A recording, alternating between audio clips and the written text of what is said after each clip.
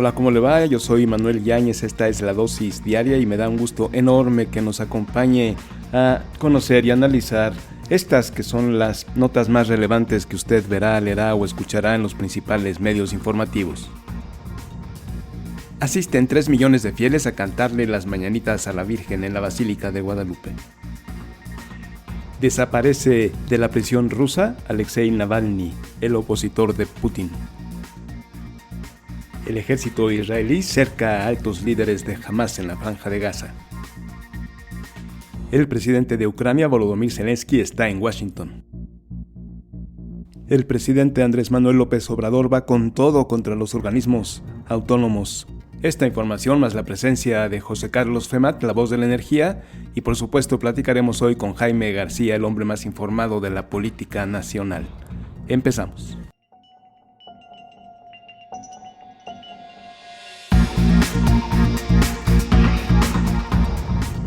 Como ya es tradición en nuestro país, como cada 12 de diciembre se dieron cita en la Basílica de Guadalupe, desde el inicio de este día, a cantarle las mañanitas a la Virgen de Guadalupe. Se estima que estuvieron presentes 3 millones de fieles y estuvieron, ya sabe, cantando los de siempre: Lucero, Guadalupe Pineda, Aida Cuevas, los que ya generalmente están ahí presentes cantándole las mañanitas a la Virgen, Alexander Hacha, el hijo de Emanuel. En fin, 3 millones de personas cantaron las mañanitas a la Virgen y se espera que en el transcurso de las festividades hayan estado presentes, hayan acudido a la Basílica de Guadalupe más de 11 millones de fieles. Con esto, oficialmente, da inicio el puente Guadalupe Reyes, empiezan las festividades navideñas y nos quedan prácticamente 2 semanas para que termine este 2023. ¿Usted vio Navalny? Es un documental que está en HBO. Si no lo ha visto, hágalo. Es muy interesante conocer la Rusia desde la oposición y el terrible caso de la represión de Putin hacia todos y todo lo que se interpone en su camino. Pues bueno, este hombre, Navalny, el eje central de este documental, Alexei Navalny, el opositor ruso de 47 años, ha desaparecido de la cárcel donde se encontraba recluido. Desde hace 6 días, ni sus abogados ni sus familiares han podido tener contacto con él después de que funcionarios del penal donde cumple su condena dijeron a uno de sus abogados que ya no está en la lista de reclusos, que no saben dónde quedó. Según su vocera, Kira Yamish, se puso en contacto con Navalny hace una semana porque tenía que tener una presencia vía remota en un juicio y no se presentó. Los funcionarios de la prisión se niegan a decir a dónde lo trasladaron y nadie sabe, nadie supo qué pasó con este hombre. Navalny cumple una condena de 19 años en la cárcel por los cargos de extremismo y esta es una cárcel de máxima seguridad, una colonia penal número 6 en la ciudad de Melekovo, en la región de Vladimir, a unos 230 kilómetros al este de Moscú. Al puro estilo de Vladimir Putin, Navalny fue envenenado y por fortuna para él fue llevado a Alemania, donde logró recuperarse y vivió un tiempo exiliado con su familia en ese país, pero valientemente decidió regresar a denunciar la corrupción en el gobierno de Vladimir Putin. A su regreso, por supuesto, fue inmediatamente apresado y desde entonces, desde enero del 2011, se encontraba en la prisión en la que ahora nadie sabe dónde está Alexei Navalny. Quien sí sabemos dónde está y quien también pone de muy mal humor a Vladimir Putin es el presidente ucraniano Volodymyr Zelensky. Primero hizo su aparición en la toma de posesión de Javier Milei ahí en Argentina, a la que Joe Biden no pudo asistir por cuestiones de agenda, y ahí le envió una invitación, la que aceptó Volodymyr Zelensky de inmediato, y ahora ya está en Washington, donde está haciendo una gira para asegurar que el Congreso de aquel país, de Estados Unidos, apoye la propuesta del presidente Joe Biden y pueda tener fondos para continuar su guerra defensiva contra la invasión rusa comandada por el señor Putin. Joe Biden ha solicitado al Congreso $60,000 millones para continuar su apoyo a esta lucha de Volodymyr Zelensky y del pueblo de Ucrania. El Congreso de Estados Unidos dice que con mucho gusto, pero que antes tiene que haber modificaciones a las leyes migratorias, tienen que ser más duras para evitar el flujo migratorio tan alto que está teniendo los Estados Unidos y está condicionando este pago. Este préstamo también son otros 14,000 millones para apoyar a Israel en su lucha contra Hamas. También están en este acuerdo en el Congreso de que tienen que modificar las leyes migratorias y Volodymyr Zelensky está ahí, está en Washington, haciendo una labor de relaciones públicas, intentando liberar el presupuesto que le ayude a seguir combatiendo al ejército ruso. Y de nuestro lado del planeta Tierra, aquí en México, va López Obrador tras organismos autónomos. Yo ya tengo edad suficiente para recordar gobiernos totalitarios del PRI, sé del esfuerzo para establecer organismos de control que supervisen de manera independiente la operación de los tres poderes de la Unión para que, cuando menos en teoría, se pueda evitar la corrupción y asegurar la correcta operación del gobierno en el beneficio de la sociedad. No estoy en contra de que se revisen, de que se vea si el gasto, si han crecido demasiado. Lo que no estoy de acuerdo es en que desaparezcan, porque deben existir organismos autónomos que no dependan del presidente, ni de la Secretaría de Gobernación, ni de la Cámara de Diputados, ni la de Senadores, que no dependan de ningún poder como el judicial, para que puedan actuar, para que puedan sacar la lupa y ver cómo está funcionando el gobierno, cuál es el destino de los recursos, de los impuestos, en qué se gastan, quién se los gasta y dónde están. Porque en virtud de la necesidad de limitar los excesos en que incurrieron los poderes tradicionales y los factores reales de poder, se generó desconfianza, por supuesto, en los gobiernos del PRI, en los del PAN, en todos, en el actual hay desconfianza. Veamos Segalmex, veamos muchos casos que hemos visto de posible corrupción. La sociedad no tiene confianza y se ha disminuido la credibilidad en el gobierno. Esto generó la necesidad de crear órganos constitucionales autónomos, porque hay que decirlo, están en la Constitución y el presidente tendría que hacer muchos cambios para eliminarlos, pero ya los tiene en la mira porque a este gobierno no le gusta la autonomía. Estos organismos autónomos están encargados ya sea de fiscalizar o controlar instituciones para que no se violente el apego a la constitucionalidad. Son considerados una vía para conciliar la democracia de partidos, de los poderes tradicionales y de grupos económicos y sociales, y por la autonomía que los caracteriza no se deben a su creador o a quien los designe, pues se busca con ellos un equilibrio constitucional. A mí no me parecería justo ni bueno que desaparecieran. Parece ser que el presidente quiere regresar las elecciones a que dependan de la Secretaría de Gobernación, quiere controlar el Poder Judicial, ya está controlando prácticamente el legislativo, ha tenido fuertes pleitos para quedarse con el Poder Judicial, quiere que el INE, con las modificaciones que propuso que fueron echadas para atrás por el Senado, quería que volviera el control a la Secretaría de Gobernación y ahora quiere eliminar los organismos autónomos. Hay que seguirlo muy de cerca. Yo le digo que yo viví elecciones en las que nada más había un candidato. José López Portillo fue candidato único, por ejemplo.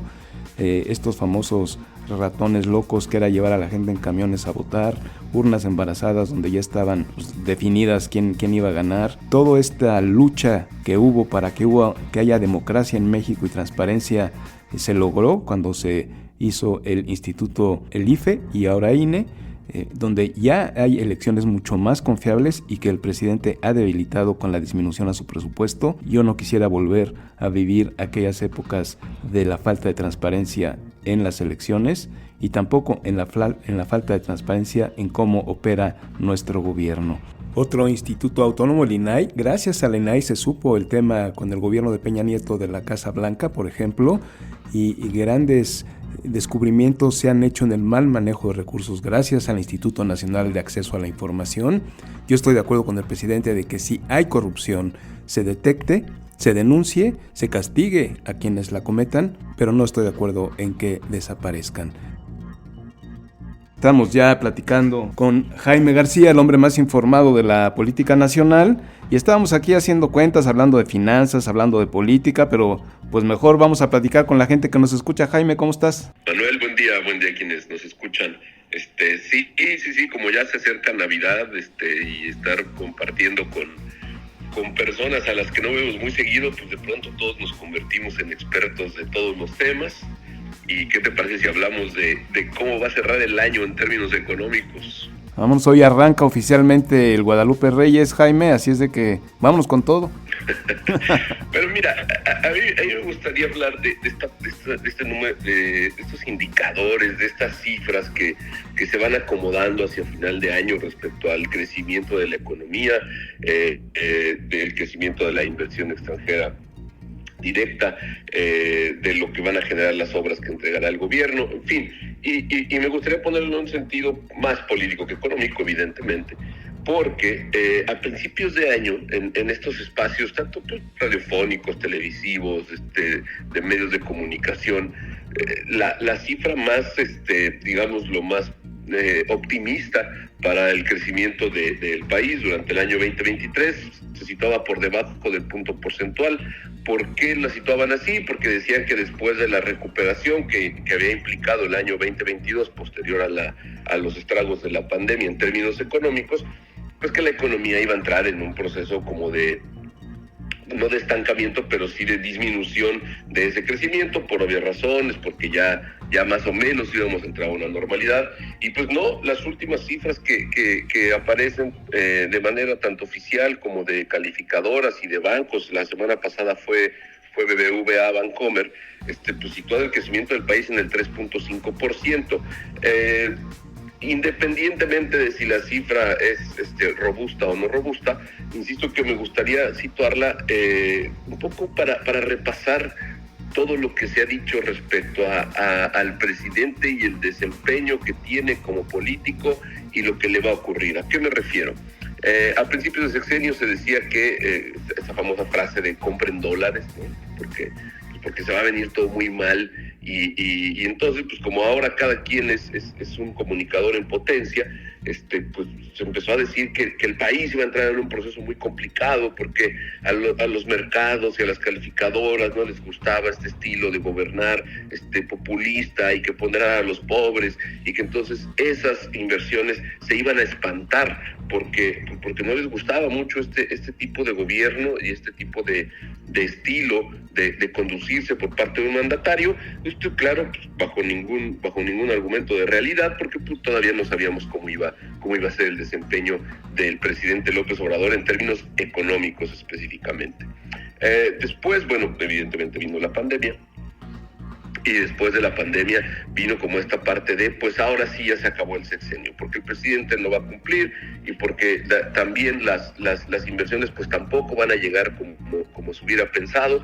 Y bueno, lo que te quiero decir es que finalmente en la parte donde el presidente López Obrador se convierte en alguien que acapara la conversación y que muchas veces sale bien parado de esa conversación, es cuando nos encontramos con este tipo de cuestiones. ¿Por qué con este tipo de cuestiones? Porque lo hemos mencionado en términos del modelo político-económico que rige a México y en consecuencia rige las relaciones económicas que aquí se dan, pues no ha cambiado mucho, hemos visto el adelgazamiento del Estado todavía más y lo hemos visto todavía de una manera mucho más tanto vertical como decidida por parte del presidente López Obrador, y eso en términos de lo que se conocería o se pensaría como las recomendaciones de cierta línea neoliberal de reducir al mínimo al Estado, pues digamos que lo ha cumplido y eso se refleja, insisto, tanto en las calificadoras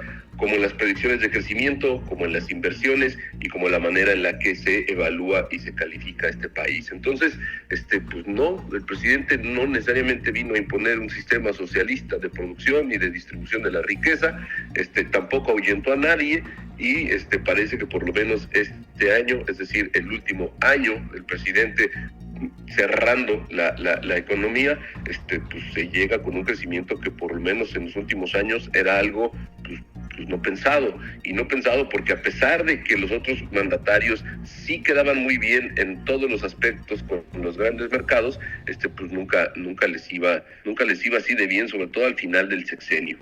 Fíjate que yo creo que la elección de Rogelio Ramírez de la O fue una muy buena, un gran economista, un gran financiero, Rogelio Ramírez de la O, que lo que puso como condición para poder aceptar ese puesto como la cabeza de la Secretaría de Hacienda y Crédito Público fue la autonomía.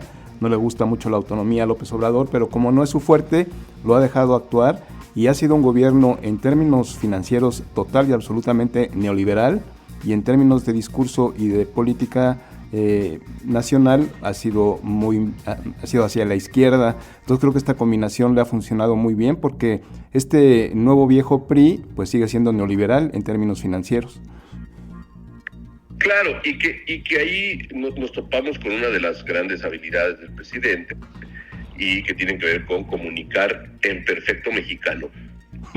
Nunca lo vamos a escuchar hablar de cuestiones como derivadas o controlar determinados indicadores. No, el presidente la verdad es que solo lo frasea como un asunto de justicia, y lo frasea como un asunto de justicia el hecho de tener un presupuesto de carácter, así lo llaman ellos, social, en donde pues una buena cantidad del gasto se va a los programas sociales, a los programas de bienestar, y entonces pues para la gente, para el ciudadano común y corriente, para quienes simpatizan con él, desde luego, entienden el presupuesto y entienden la manera de manejar la economía desde el punto de la justicia y no desde la eficiencia de los mercados. Y ese es un gran cambio, ese es uno de los grandes cambios, por lo menos en materia de comunicación política, que hemos visto este sexenio, donde el presidente, insisto, comunica al mexicano. ¿Por qué se están tomando las decisiones económicas que se están tomando? Porque hay que hacerle justicia, porque el dinero es de la gente, y ese dinero que sale de la gente debe de ir a sus bolsillos para que puedan tener un poquito más de consumo. Colorín colorado, no hay más. Y entonces, pues claro que las personas, es mucho más fácil entender algo así a que te digan algo como aquella frase de José Antonio Meade con Carmen Aristegui, después de que sufrimos aquel gasolinazo, que dijo que bueno, que esto era para el bien de nuestros hijos. Y bueno, pues así explicaban las cosas los neoliberales, y así les fue, y así les sigue yendo, porque tú imagínate que un secretario de Hacienda te diga que vas a pagar más de gasolina por el bien de tus hijos. Eso es ininteligible. Y entonces imagínate que ahora tienes un presidente que te dice: ese dinero es tuyo, por ley te corresponde y te va a llegar, porque el presupuesto es del pueblo, no de los políticos ni de los empresarios. Es un cambio abismal. Y es un cambio abismal en el discurso, en la explicación, no en los hechos, porque ahí sigue siendo igual la economía neoliberal en México. Y lo que me preocupa a mí, lo que platicábamos antes de iniciar nuestra plática pública, era lo que va a pasar el siguiente año. A mí me preocupa que estos programas del bienestar se van a llevar un 34% del presupuesto de egresos del siguiente año. Están etiquetados unos fideicomisos para trenes, para el Tren Maya, para el AIFA, muy elevados. Tenemos un déficit de 2 billones, y a ver cómo nos toca, a ver cómo lo pueden administrar, pero eso ya será para el próximo sexenio. Yo creo que López Obrador ya la libró en términos de la economía, y bien, pues no son tan malos los números como se presagiaban en 2018.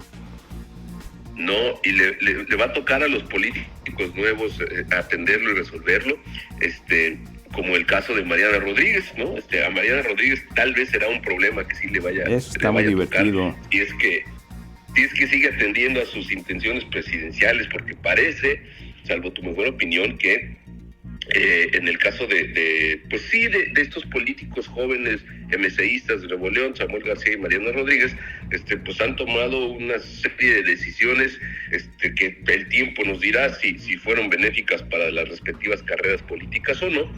Pero pues esta semana vimos que Mariana Rodríguez decidió inscribirse al proceso para buscar ser alcaldesa de la ciudad de Monterrey, es decir, la capital de Nuevo León, entidad que, entre otras cosas, pues es gobernada por su esposo.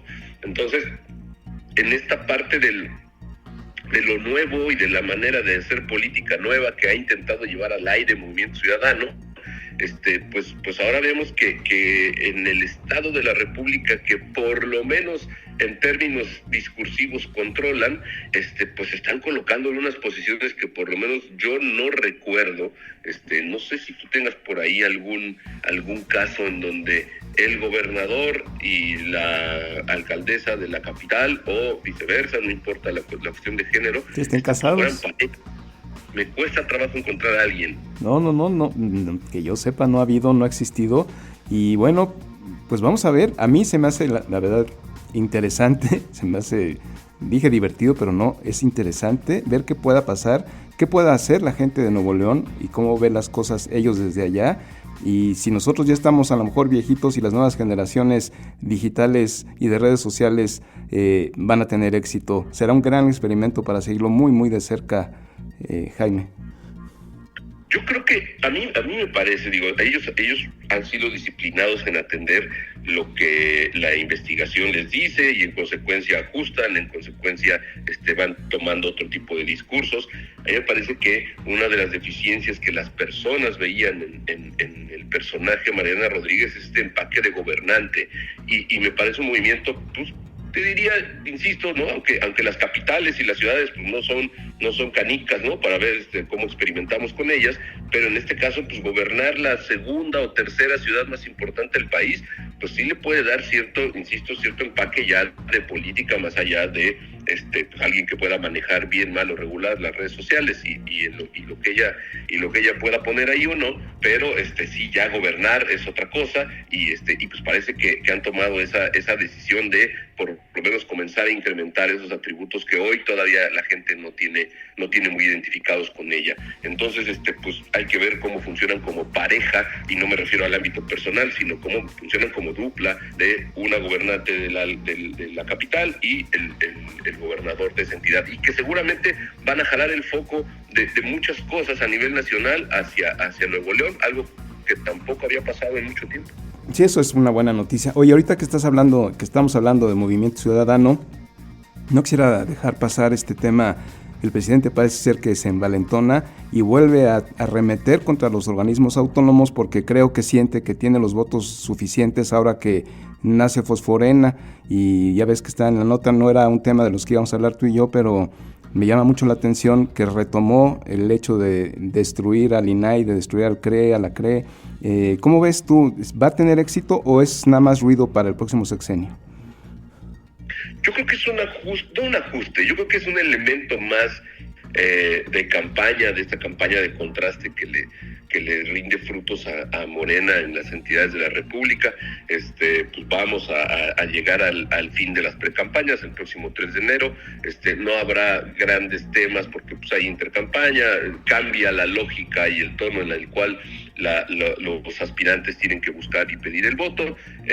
Entonces me parece que el presidente pone un elemento más de contraste para decir, bueno, pues miren, yo sí en realidad quiero terminar con estas instituciones que él las ha calificado como de inútiles para la gente, que se llevan una cantidad de dinero que no deberían de llevarse, y yo no sé si los votos le vayan a alcanzar aún, incluso con estos legisladores de MC que tampoco han dicho que vaya a ocurrir en la Cámara de Diputados. En el Senado está ahí medio en veremos. Seguramente tendrá que ver con alguna suerte de provocación, a ver qué responde Movimiento Ciudadano respecto a este particular de terminar con el INAI y con los organismos autónomos, pero sí creo que es más un elemento de campaña y de contraste, porque incluso él dijo, yo sé que tal vez no pueda pasar porque no me alcanzan los votos, pero quiero dejar testimonio de que yo quería acabar con esto. Entonces lo veo más en tono campañero, pero igual y es un buen momento para comenzar a tener el primer experimento de esta bancada MC diagonal Moreno. Para mí sería terrible. Ya nos quité el tiempo con este tema de hablar de las alcaldías. Espero que hablemos de ellas el próximo viernes. Jaime, por lo pronto arranca Guadalupe Reyes y tú ya estás mejor, así es de que vámonos con todo. Suerte a todos, a lo que venga, de aquí al 6. Hacer condición física. Un abrazo, Jaime, gracias. Un abrazo. Jaime García 16, sígalo en X.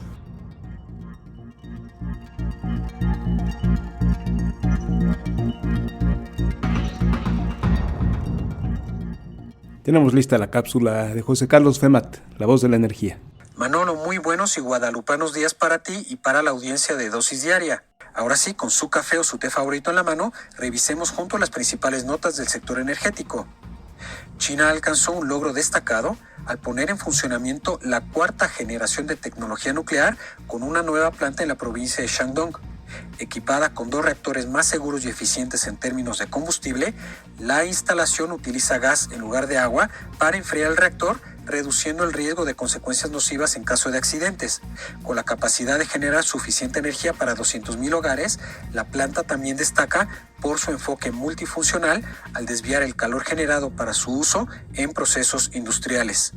China está a la vanguardia de la expansión nuclear, construyendo 22 de los 58 reactores en construcción a nivel mundial y colaborando con Rusia en un proyecto valuado en más de $18,600 millones para desarrollar un reactor reproductor rápido capaz de producir más plutonio del que consume. Este avance resalta el compromiso de China con la innovación y la seguridad en la producción de energía nuclear en un momento en que algunos países han restringido su participación en esta forma de energía tras el desastre de Fukushima en 2011.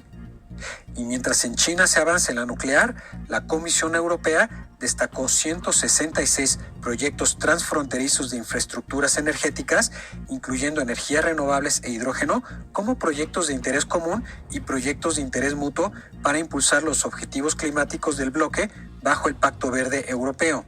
Esta designación les permite beneficiarse de procedimientos simplificados de autorización y regulación, además de optar a ayudas financieras de la Unión Europea mediante el mecanismo Conectar Europa. Entre estos proyectos, 65 están relacionados con el hidrógeno y electrolizadores, marcando la primera inclusión de estas tecnologías en la lista. Se destaca que 29 proyectos de transporte de hidrógeno recibirán fondos de la Unión Europea y autorización acelerada, junto con planes para 17 electrolizadores y otros componentes clave, con la mayoría previstos para completarse antes de 2030. El objetivo general es respaldar la duplicación de la capacidad de la red de la Unión Europea y alcanzar una cuota del 42.5% de energías renovables para finales de la década. Hemos comentado aquí sobre la sugerencia que hacía Banco Base a Petróleos Mexicanos o Pemex. Pues aquí le tengo otra, ahora cortesía de BBVA. El economista en jefe de BBVA en México, Carlos Serrano, ha sugerido cambios sustanciales en el modelo de negocios de Pemex, destacando la necesidad de aumentar asociaciones con el sector privado y reducir la actividad de refinación. Recomendó disminuir el derecho de utilidad compartida o DUC al 30% y señaló que a pesar de la presión sobre las finanzas públicas podría liberar fondos para Pemex. Propuso reanudar asociaciones con el sector privado para la explotación de campos petroleros, destacando beneficios mutuos. Además, abogó por reducir la actividad de refinación, sugiriendo importar gasolina o adquirir refinerías en el extranjero como alternativa más económica. Advirtió sobre los riesgos de seguir apostando por la refinación, dada la disminución esperada en la demanda de gasolina y la creciente preferencia por los vehículos eléctricos a nivel global. El 8 de diciembre de 2023, CPIH Suma Energía se convirtió en el segundo mayor productor privado de energía renovable en México al completar la adquisición de Infrared e Invex, obteniendo la mayoría de las acciones de una cartera solar operativa de 216 megawatts. Con esta transacción, la capacidad instalada de Suma Energía en el país alcanza los 1.3 gigawatts. La adquisición refleja el compromiso de la empresa con el desarrollo continuo del sector de energía renovable en México, respaldando la transición energética del país. La operación incluyó la compra de 3 parques solares en Chihuahua y refuerza la posición de Suma Energía como una entidad líder en la generación de energía limpia, con operaciones en varios estados y planes de expansión a través de proyectos de energía limpia, almacenamiento, soluciones para vehículos eléctricos y más. De esta manera usted está informado. Lo invito a que nos escuchemos el próximo jueves para seguir hablando de estas y otras notas y para que usted sepa qué decir cuando se habla de energía. Mi nombre es José Carlos Femat. Sigamos la conversación en ex Twitter, en donde me encuentra como @José_Femat. Pídale a Alexa que reproduzca el podcast de La Voz de la Energía y escúcheme aquí en Dosis Diaria los martes y los jueves. Que este sea un día con mucha energía. Hasta el jueves, Manolo.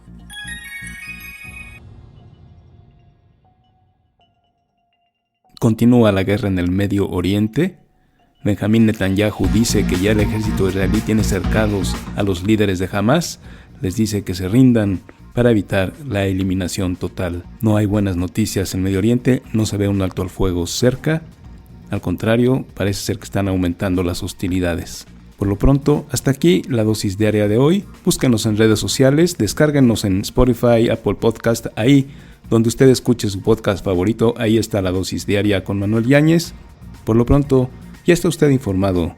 Pásela bien.